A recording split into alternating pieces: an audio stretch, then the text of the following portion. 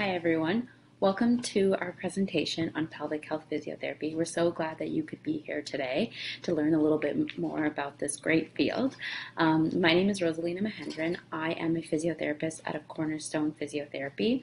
For those of you who are not familiar with our clinic, we've got 3 clinics in Toronto, one at 2 Carlton Street, one at 55 University Avenue, which is right in downtown core, and then there is our North York location on Yonge Street, pretty much Shepherd and Yonge. So all 3 of those locations are easily accessible by subway, and they all have parking located under the garage, so your patients have easy access to us. And not only do we treat pelvic health physiotherapy, but we do also treat orthopedic and vestibular therapy as well. But today, obviously, we're here to discuss more about pelvic health physiotherapy. So just a little bit about me. My name again is Rosie, and I treat pelvic health physiotherapy, and I've been treating that since 2015. And so I got my master's degree at McGill University, where I did a 6-week intensive program on pelvic health physiotherapy and was certified there. Now that's a little bit different from other therapists because most people get trained in Ontario, and when they do get trained in Ontario, they have to do it as a postgraduate course, whereas I got to do like a 6-week intensive immersion course, which has really just heightened my love for the field. And I'm hoping that by the end of this presentation, bowel, bladder, sexual health, it will not be as taboo, and you'll learn a lot about that. So without further ado, we're going to go on to our presentation. So today our objectives for pelvic health physiotherapy presentation is to learn the types of conditions we treat, how we treat them, as well as understand what pelvic health physiotherapy really is. We also want to learn and review the evidence behind all these interventions that we do, and we want to be able to help you determine if pelvic physiotherapy is a right fit for your patient. So what exactly is pelvic health physiotherapy? So it is the treatment and assessment of conditions that result from dysfunctions of the pelvic floor. So that can be incontinence, pelvic pain, pelvic organ prolapse, just to name a few. We will touch on these later on. So some of the key difference between pelvic health physiotherapy and physiotherapy is that we have to be specifically trained. Like I said, in Ontario, you have to do a course after you graduate from your master's program, so it's a postgraduate course, and then you have to keep sort of adding things to your roster. The other thing is, not only are we doing an orthopedic assessment, but we're also doing an internal vaginal and rectal examination to assess those pelvic floor muscles, because without doing an internal assessment, you won't really know what's happening in the musculature. And finally, we do use psychosocial evaluation to look at sort of how that plays a role with the person's condition and the person themselves. And we're trained in how to measure those, how to treat those within our scope. And we'll talk about that a bit too. So pelvic floor, it pretty much has 5 functions, and I want to go through those functions with you. So I have 2 models here. This is the male model, so that's how it would look. That is sort of representing the internal as well as the external, and this is the female model, again representing the sort of vulvar region, and then here would be the internal pelvic muscles. So the first role of these muscles is to support your bladder, your uterus, and your rectum if you're a female, and bladder and rectum if you're a male. So the muscles, as you can see in this picture here, will support those, and if you've got something like a pelvic organ prolapse, that's where you're going to have sort of an issue with the support that's happening there. The second role is sphincteric. So these muscles will wrap around the rectum and the urethra to help control urine and feces. So when your sympathetic nervous system is on, your sphincters will stay closed. They'll try to store everything. And when your parasympathetic nervous system turns on, these will open and allow for any sort of voiding to occur. And so things like stress incontinence or things like urinary incontinence might have an issue with the strength and the integrity of that sphincteric region. The third function is sexual. So these muscles have to be able to open and relax in order for accommodation of any type of penetration, and they also have to be contract and relax for an orgasm. Fourth is stability. So the pelvic floor muscles work with our transverse abdominis. So that is what we call our deep core. So if we're doing a plank, those are the muscles that are turning on, as well as our diaphragm and our multifidus muscle, which run down the back of our spine there. And those four muscles are called our inner unit. So they'll work together to help stabilize us. So before we're about to turn and move, those muscles should turn on together. And so things like pregnancy can affect sort of what turns on first, or if it even turns on, and we have to take a look at that. Things like stress incontinence can cause control issues when those muscles turn on. And again, we'll touch on that later. And finally, the sump pump function. So just like if you were to injure your ankle, if you were to roll your ankle, your foot would probably swell and have a pool of swelling. And so what you would do is you would lift up your foot so that it's against gravity, and then pump the ankle up and down. And when you do that, you sort of reduce the swelling out of your foot and back up into the heart. So your pelvic floor has that function too. These muscles can contract and relax and allow for any swelling to come out. So if you've had any trauma or a perineal tear or an episiotomy, this is where we would use that function. So just a little bit of stats here. 1 in 3 women and 1 in 9 men experience urinary incontinence. 1/3 of women who perform Kegel exercises don't do so correctly, and 30 to 50% of women who have given birth have a minor pelvic organ prolapse. 1 in 4 women will suffer from dyspareunia or painful intercourse. 1 in 7 women and 1 in 9 men will have pelvic pain, and 50% of our population will end in their lives in diapers, and incontinence is the #1 reason that people end up in old age homes. So the reason I bring these stats up is because all these things that are listed are all preventable and all treated by pelvic health physiotherapy, yet these numbers are quite high and a bit alarming. And so it's really important to take a look and see if we could easily reduce these numbers down, which would help take a burden off our healthcare system, but also allow us to, bring back people's quality of life. And then when we also look at that, we think 1 in 3 women, like if I see 3 women in a day, one of them has urinary incontinence, and that's probably not the proportionate to what people are reporting. So it's also something to start to cue in. Like maybe I should be asking people about this because the numbers are so relevant and high. And so I just wanted to touch upon that a bit. So what is this? So is pelvic floor physiotherapy, is it Kegels? Like what is it? So Kegels, yes, they are a part of it.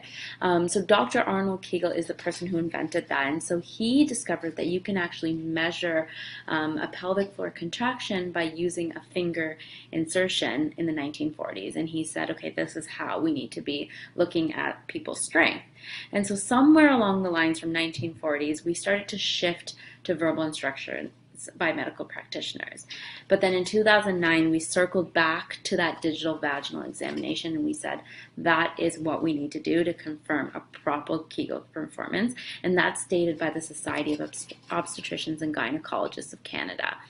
And so now that is what we consider sort of level 1 evidence in order to assess the muscles. And we find that a lack of an internal evaluation is less effective to really give pelvic floor exercises. So why that is I just want to show you guys here.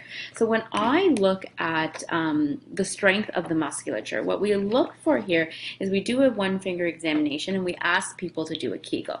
So when they do a Kegel, what we're looking for is a lift and a squeeze. So I'll just show you with my finger. It's a lift and squeeze. And so if they can perform that lift and squeeze, tailbone up to pubic bone, then that is considered a 3 out of 5 strength. And then what we do is we insert 2 digits in and we have them do that lift and squeeze again, and then we try to open our fingers. And if we can't open our fingers, if the muscles are able to kind of keep us closed, based on that, we'll grade them a 4 or 5. And 5 out of 5 is considered, good strength and what we're looking for. On top of that, then we're going to ask them, can you hold this? And we'll ask them to hold it for 10 seconds. We will ask them to repeat that 10 times. We'll ask them to do quick contractions. We'll ask them to do that with a cough. We'll ask them to engage their abdominals. So there's different sequences that we're looking for essentially. And so, you might say, okay, you're going to do 300 Kegels a day. But then when we look at it, you might have a person in front of us who is strong. They have that 5 out of 5, but you ask them to hold it for 5 seconds and then they can't. And so your exercises have to be tailored more to that endurance component than the strength component, or else you're not going to see effectiveness in that exercise. So that might not translate to feeling like your symptoms are getting better, or your prolapse still feels heavy. And so that it becomes really, really important. So like I said, the pelvic floor is important. And in Canada here, we're sort of behind the times. So in France, the government covers actually 6 postnatal pelvic physiotherapy appointments. And they do this because they want to prevent, as well as start to treat early, any sort of dysfunctions that might have come.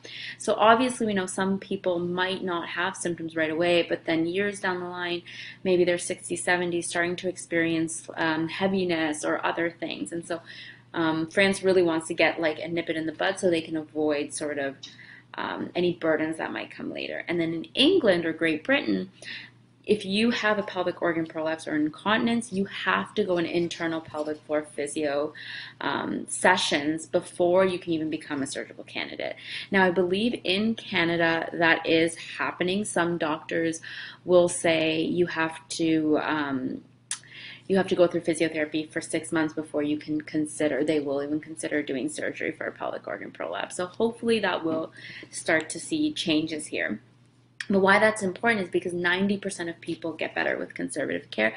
And so we want those people to be reaching out and getting help before, it does become something that it becomes harder to fix, like a grade 4 prolapse.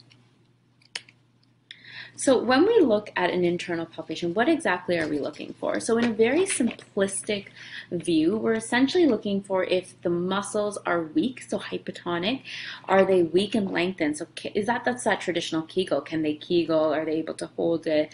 Are those muscles firing? But when we look at a hypertonic pelvic floor, what we're looking at is the length and sort of how much tension there might be in those muscles. And that's our tight and short pelvic floor. So there's certain conditions that we can group into the weak pelvic floor, or the hypotonic pelvic floor conditions, and then certain conditions we can group into the hypertonic. These lists can sort of fool you, but for the most part, this is what it's like. So with a weak pelvic floor, we've got prolapse, urinary or stress incontinence, fecal or gas incontinence. But with a hypertonic pelvic floor, we could have things like pelvic pain, so vulvodynia, coccydynia, dyspareunia, so painful intercourse, vaginismus, so spasm of the pelvic floor muscles with any type of penetration, interstitial cystitis or painful bladder syndrome, pelvic girdle pain, types of constipation, any type of hesitation or retention, urinary retention. So some conditions, but again, this list is not, there's a huge amount of disorders that can fall under these conditions. So let's talk a little bit about them. So today I'm going to touch upon sort of the major ones that you might see within your practice. I can obviously discuss more. If you have any questions, I will leave my email, but you can contact us if you want to talk further about some of these conditions or have any questions about them. So stress incontinence is the loss of urine secondary to any increased intra-abdominal pressure that is not controlled well. So that includes coughing, sneezing, laughing, jumping on a trampoline, some people might say, so any transitional movements. So someone will cough, their pelvic floor should contract. In this case, it doesn't, or our abdominals are contracting too much, and we're losing that pressure control, and that will lead to some type of leaking. Whereas urge incontinence is the loss of urine that's associated with a really strong sensation to go to the bathroom, and then we just can't, we don't make it in time and we leak. And so that in itself are two different things. Whereas urgency is that strong sensation to void. You might or might not leak with that sensation. And frequency is going more than 8 times in a 24-hour period. You can have urgency and frequency, like I said, without having urinary incontinence. And this falls under the umbrella term of overactive bladder syndrome. And mixed incontinence is both. And you can have both. So what are the treatments for mixed incontinence? So first thing that we do, or stress and mixed incontinence, excuse me, is that we're training the pelvic floor strength, endurance, timing, and progression. Like I said, we're going to assess you. We're going to see, are you strong? Are you able to keep that endurance? Can you do that for the number of reps that we need you to? Are you able to do that in sitting, standing? And based on that, sort of come up with an individual exercise program. We also are always going to do an internal palpation as long as, our patients are comfortable and there's no trauma or anything like that, so that we can give them the proper feedback. Are you actually contracting your pelvic floor muscles? Are you holding your breath and squeezing your adductor muscles, which is mimicking a contraction and making you feel like you have a contraction? And then if, they are weaker and they're having a hard time really engaging those muscle contractions, we can use electrical stimulation or biofeedback to get that contraction going. So, what are some of the evidence? So pelvic health physiotherapy is considered the first line of defense for stress and mixed urinary incontinence in women. And this is level 1 grade A evidence. So that is the highest evidence there is, and that is what is considered first line. And so Brennan and colleagues in 2018 found that there was about 88% of people who had urinary incontinence that were really interested in receiving this type of treatment. They were explained it and they were like, yes, this seems like something I'd want to do. But then 35% of that 80% were even unaware that there was this type of treatment available. And so what we find was that the interest is really high, more than it was for a pessary and surgical route. And so what we see here is that there's many people, what the study shows us is that there's many people that might be suffering with this who don't even know it's there or might assume that this is normal, and really pulls on us to start to ask questions and try to get them the help they need, because people, again, might not think that this, or might think this is a normal part of aging, pregnancy, you name it. So what are the treatments for urgency, frequency, overactive bladder syndrome, and urge incontinence? So the treatments include using a bladder diary. So we'll have a client fill out a bladder diary for 2 days, and then that will look at sort of what their voiding is like, how many milliliters are they voiding, what are they drinking, what are they eating, what are their bowel habits like, and then based on that, maybe we can give them education on bladder irritants. So if we see, they're drinking 3 cups of coffee, try to work with them to kind of reduce that. We're going to use a lot of cognitive behavioral strategies. We're going to try to do things that are going to delay them having to go to the bathroom, but also reduce that nervous system input so that they don't feel like they need to go to the bathroom. And then maybe put them on a timed voiding schedule as well. And we might also do some relaxation and myofascial release techniques if we find there's a tight pelvic floor, and strengthening if we find there's a weak pelvic floor. So moving on to pelvic organ prolapse. So what a pelvic organ prolapse is the descent of a pelvic organ into the vaginal space or opening. So you can have a uterus prolapse, you can have a bladder prolapse known as a cystocele, or a rectal prolapse into the vaginal cavity, which is called a rectocele. And you can have a combination of 3 as well. And this is a functional problem. It is not a gynecological disease. So there are people who experience, who have a grade 2, grade 3 prolapse, and they have no idea, and they don't feel it, and they go about life doing all the normal things and never have a complaint about it. And then there's people who have maybe grade 1, grade 2 who really feel like it is super heavy, they can't go to the bathroom. And so we've got this variety of presentations, and we treat each person individually. We don't treat the grade per se. We do find that these women who do have it, they do have a weak pelvic floor, or we find they have they've had a childbirth and they've had long pushing stages or second stage of labor. There might have been forceps or vacuum usage, and those things can contribute to having a pelvic organ prolapse. So some symptoms of the pelvic organ prolapse is that they might say that there's this heaviness, or they feel this annoying protrusion at their vaginal opening. Some people will also say they have urinary retention or feel urgency, like they can't seem to evacuate everything. And some people will also have altered bowel function, especially if they have that rectocele. What can happen is that when the rectum moves up into the vaginal wall, stool can get pocketed into the rectocele, and then that would make them feel like they have to go, but they can't evacuate it. So what are the treatments that we're doing for pelvic organ prolapse? We are going to strengthen those muscles. We're going to try to get them as strong as possible. We are going to work on core training because sometimes, again, it's that pressure. If they've got a lot of pressure being put down to their pelvic floor and they don't know how to control their abdominal strength, that might play a role on pelvic organ prolapse, and pelvic floor strength. Postural correction. We do see that sometimes if people are a bit more forward, they've got more pressure, so sometimes we'll teach them how to posteriorly pelvic tilt or put their pressure backwards so they're not feeling their symptoms. We will do bowel and bladder training. Like I said, if people are having their prolapse move down and kink, we're going to have to teach them how to kind of reset that so they get everything out. And then symptom management. How can we make it so that they can participate in meaningful activity and manage their symptoms?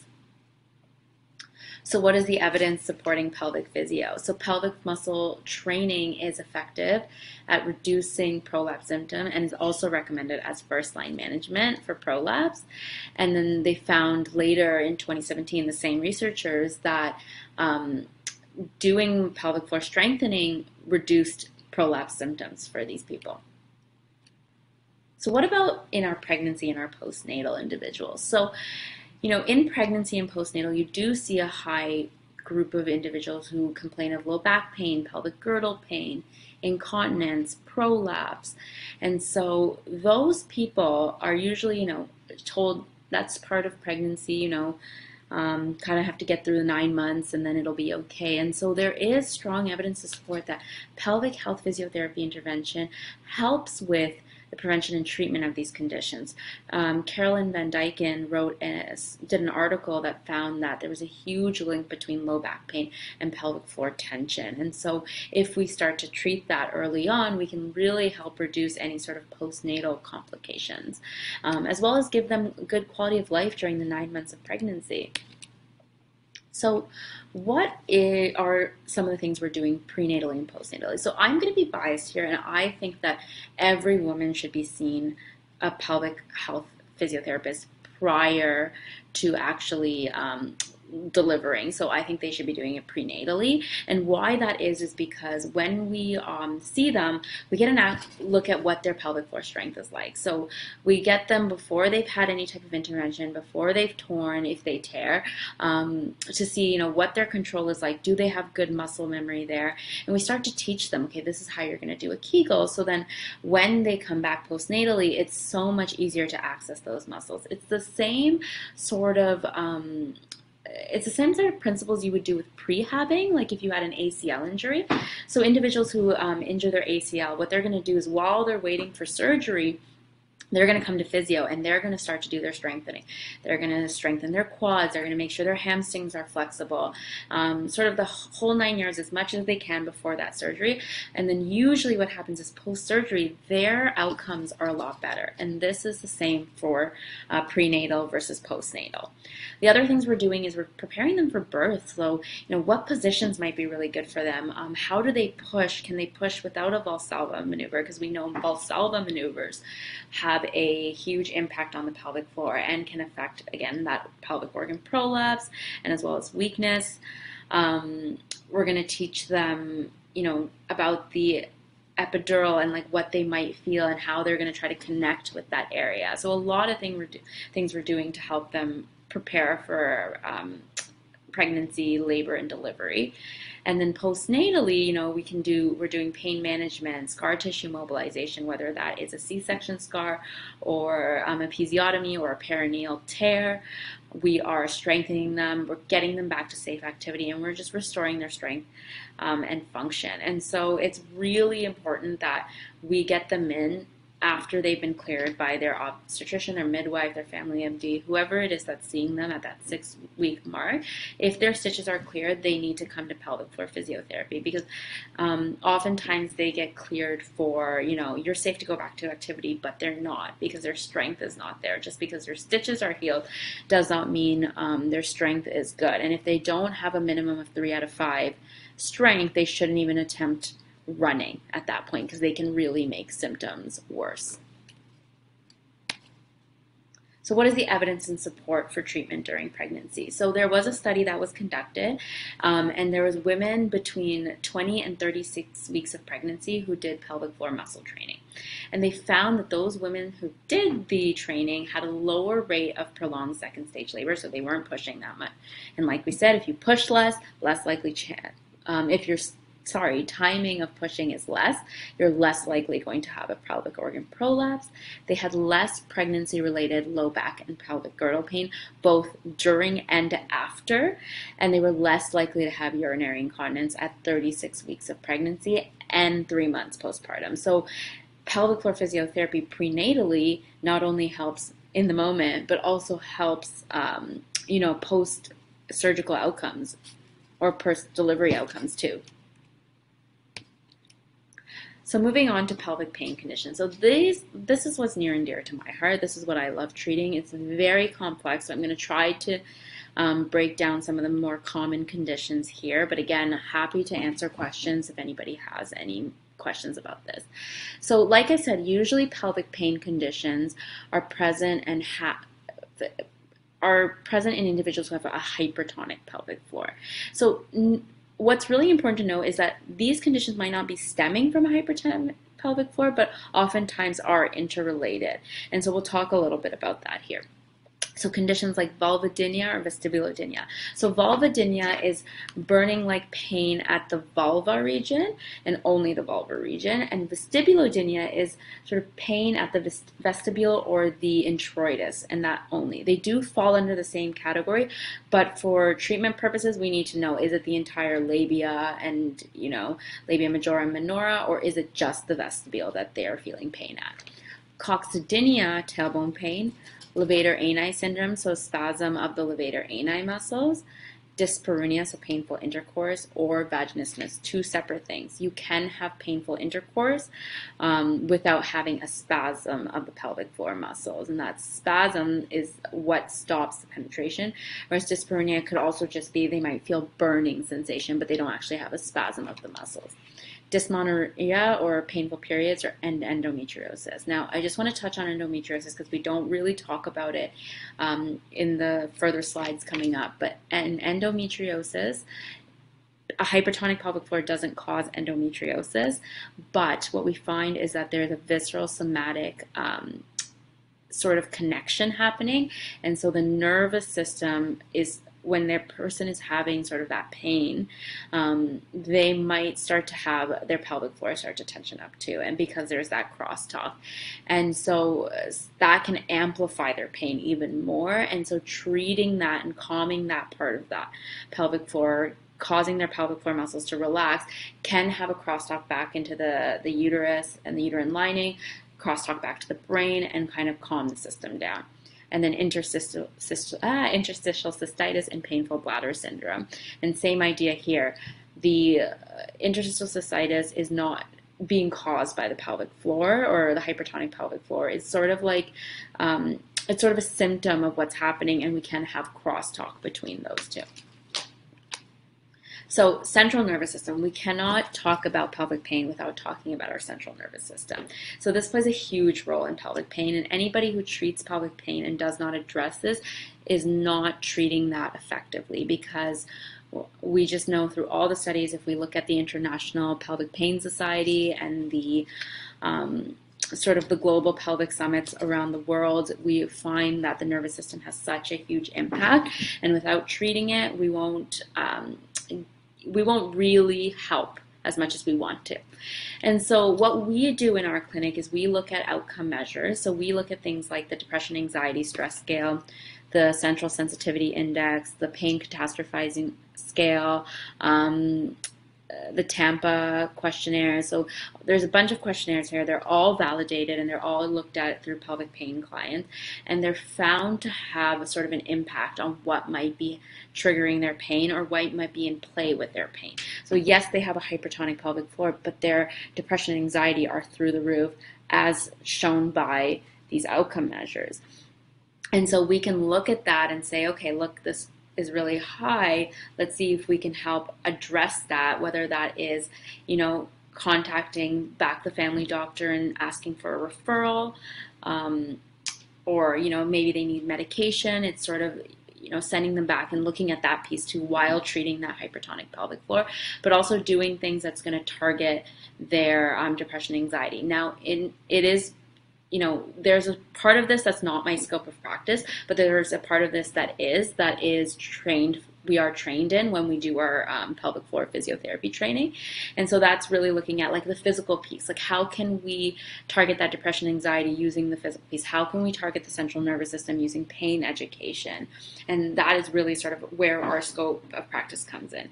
And so the reason why is because a lot of these pelvic conditions are chronic, and we know in chronic conditions that it's not necessarily tissue damage that's the issue, but there's a perceived threat that there's a tissue damage. And so people start to have a very hypersensitive nervous system. Something like a light touch starts to become amplified. And so understanding that and recognizing that in these painful pelvic conditions can help people really decrease the sensitivity of that nervous system, and they can tolerate more and more. And we do a lot of that. We try to make their nervous system really resilient while we're treating this. And obviously looking at the whole person is super important, because sometimes there's other things that outweigh what is actually physically going on. So what is the evidence for pelvic physio in pelvic pain? So there has been many, many studies that show that there are these pelvic pain conditions have high pelvic tone in them, so really tight musculature. And so doing trigger point releases and soft tissue work really helps calm down that nervous system from a bottom-up approach. So we're treating the pelvic floor to sort of talk back to the nervous system, and vice versa. So there was a study done by Dr. Melanie Morin out of the University of Montreal that was just published, and they found that, so they had a control group that only got lidocaine, and then there was another group that went through pelvic floor physiotherapy, and they found that 79% of women who were diagnosed with provoked vestibular dynia that underwent the physiotherapy reported improvements, whereas only 39% reported improvements with lidocaine. Now, this is really significant because up until now, lidocaine was considered the number one sort of evidence for vulvodynia, but now it is pelvic floor physiotherapy. And then in 2016, Goldstein and colleagues found that there is grade B evidence for both a psychological intervention as well as pelvic floor physiotherapy combined. When you look at that article, that is number one on the list, so that is the first line of defense, but everything they have is sort of grade B evidence, so the research is still, it's still being done with this stuff.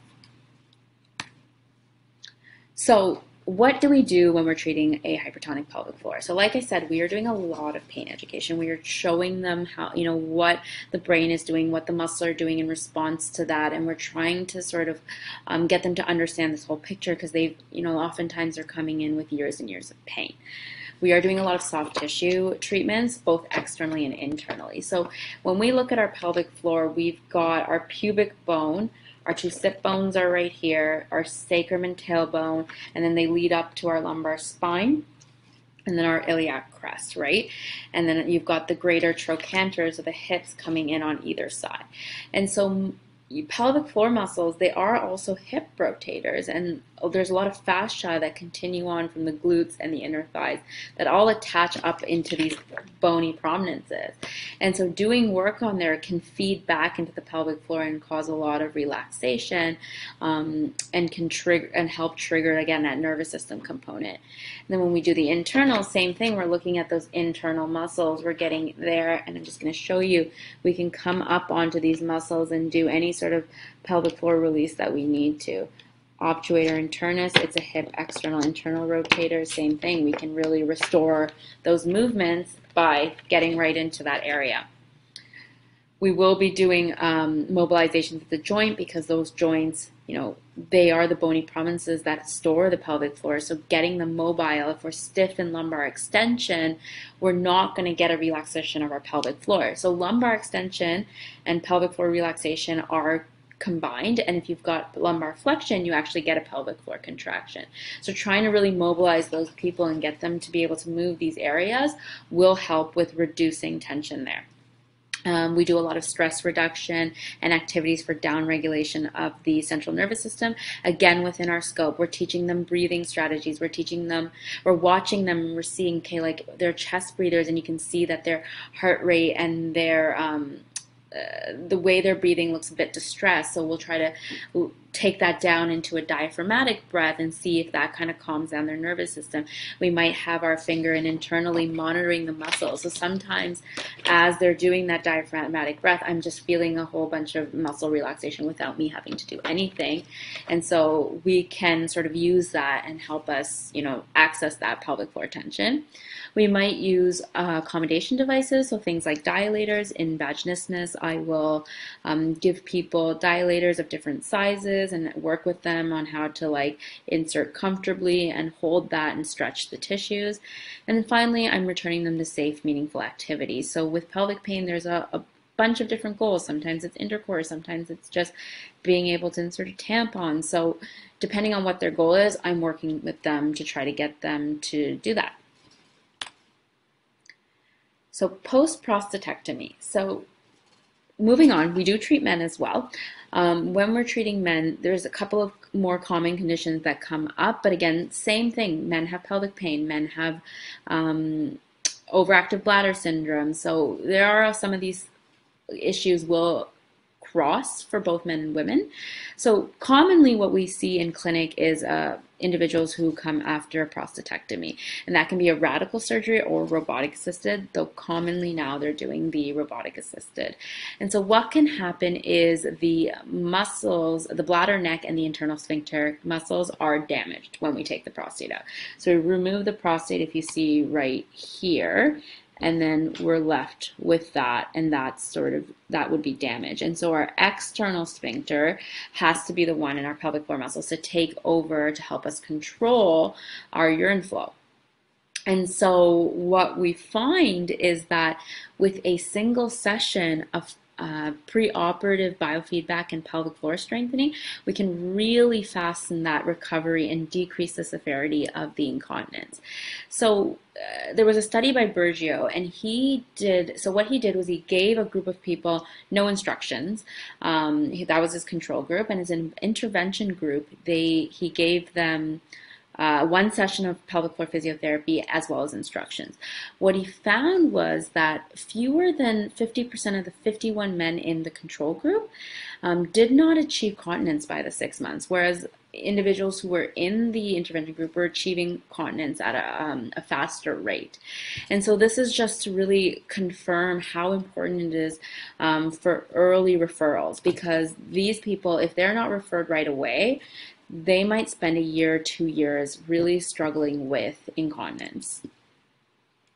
So after post-prostatectomies, oftentimes you're going to have a bunch of conditions like so. So again, you might have incontinence, which is most common, and erectile dysfunction. Both of those are probably the most common you're going to see.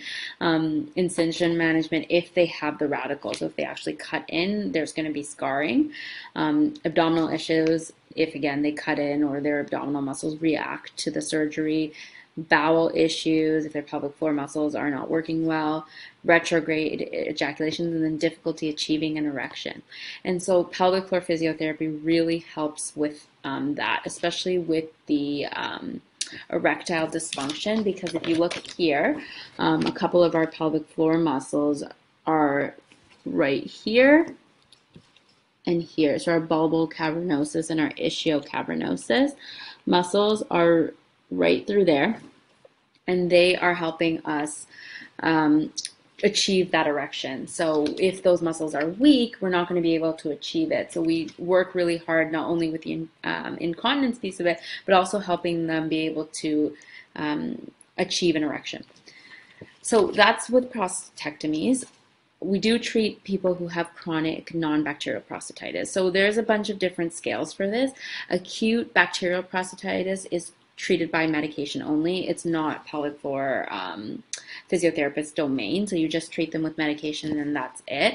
But with chronic non-bacterial prostatitis, after you do that urine culture, you'll find that they don't have any bacteria in, and it's very similar to people who have chronic UTIs. chronic UTIs.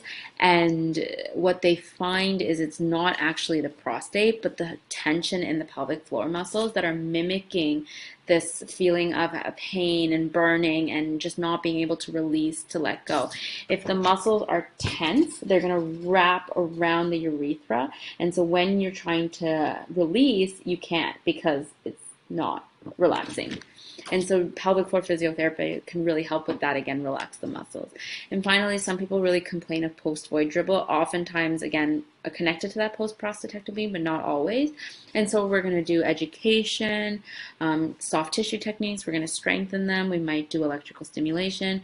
And by the education piece, it's really teaching them sort of how to like get everything out. They might need to help what's called milking the prostate to get everything out from being trapped in the urethra. So bowel dysfunction, this in itself can be its own presentation. So I'm going to try to sum up the most important things that pelvic physiotherapists do with any type of bowel issues.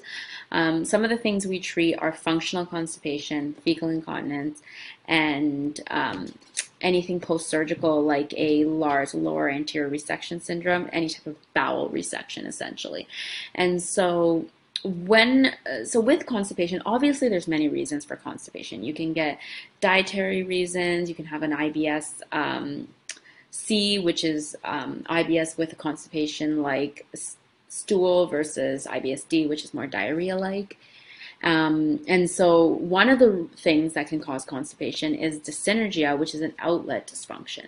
So what happens is, I'm going to show you through the male model, is that when we're evacuating, so as we're sitting on the toilet, our parasympathetic nervous system turns on, and we're supposed to relax the sphincter muscles to evacuate.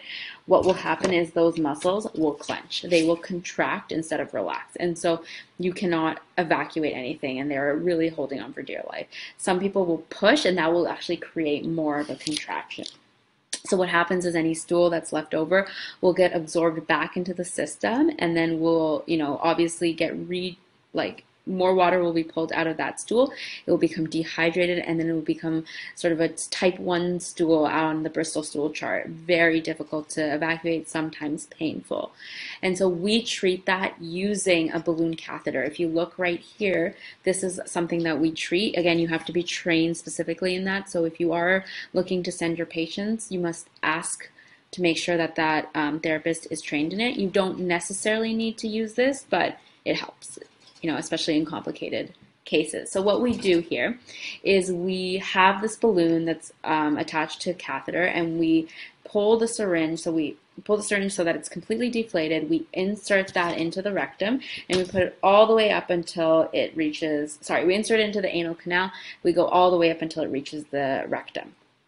Once it does that, what we do is we start to inflate it, and we're looking for 3 numbers. So the first number we're looking for is sort of when they feel that like when they feel something sort of filling up.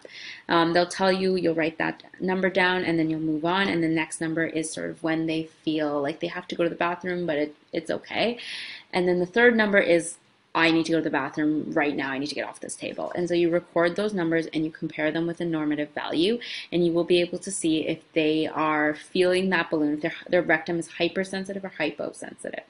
Now that's more for IBS-like treatments. I won't discuss that here, but then what you can do is you deflate it, believe to 30 cc, and you pull it down until it's at the anal verge. So if it's up at the rectum, it kind of pulls down to the anal verge. It's not right here. It's a little bit more up, I would say. Once it's there, what you're going to do is you're going to ask them, okay, I need you to push this out like you want to evacuate, and they will try to do it. And if they have dyssynergia, you're going to feel them contract and pull up, as opposed to pull it out easily.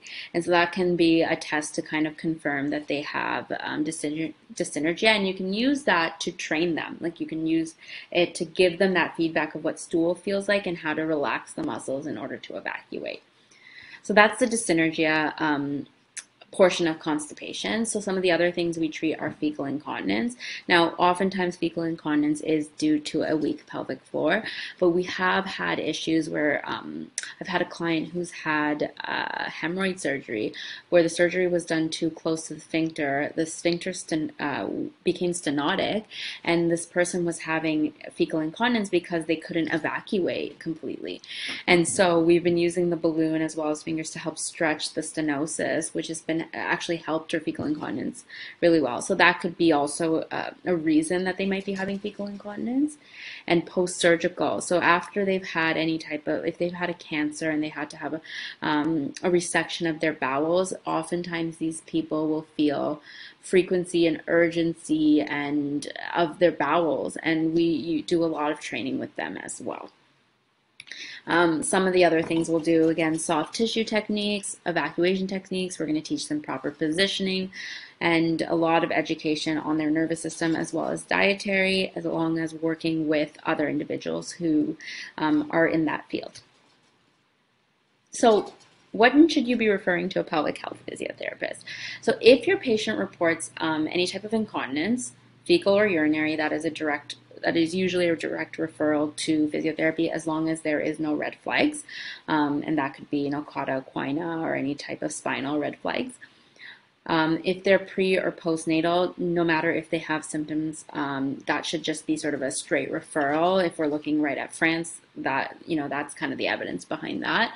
Anyone who can't tolerate intercourse or a PAP. So I mentioned the PAP because, sometimes people are not going to report to you that pain, they have pain with intercourse. And so when you're doing a PAP test, what you might find is that they're really guarded or it's really painful, even just like a finger insertion. And so that can be a place where we can have, it'll just kind of prompt us to say, hey, like, you have pain with this. Do you have pain with intercourse?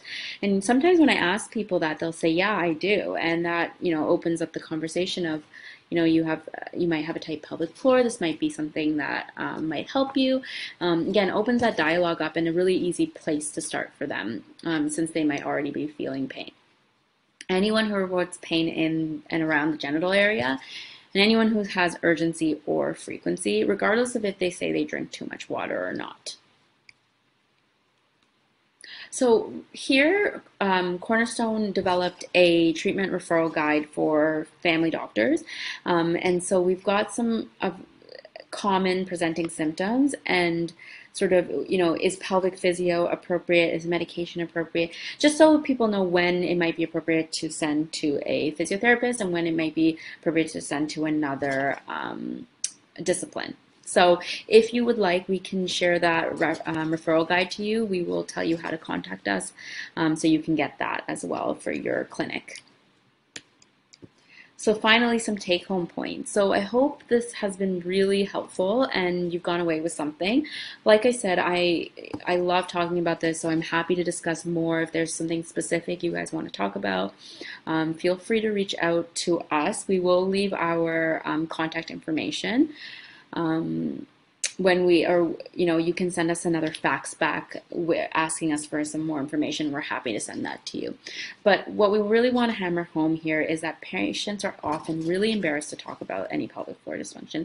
They think it's a normal part of aging or a normal part of, pregnancy or something like that. And so it's really important that we discuss that, we bring that up with them, and it should be sort of a standard protocol as asking about bowel, bladder, and sexual health.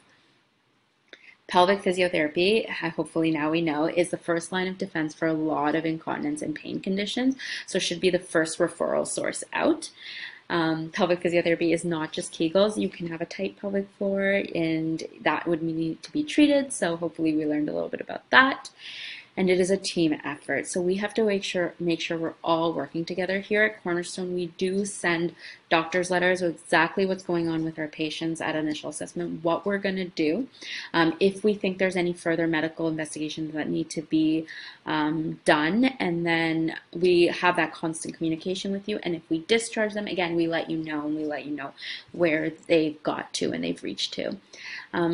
Also, like I said, if there is a psychosocial component, sending them back to the family MDs, and maybe they need a psychological referral. So looking at all of that is super important, and not just addressing their physical needs, but also their medical and psychological needs are important too.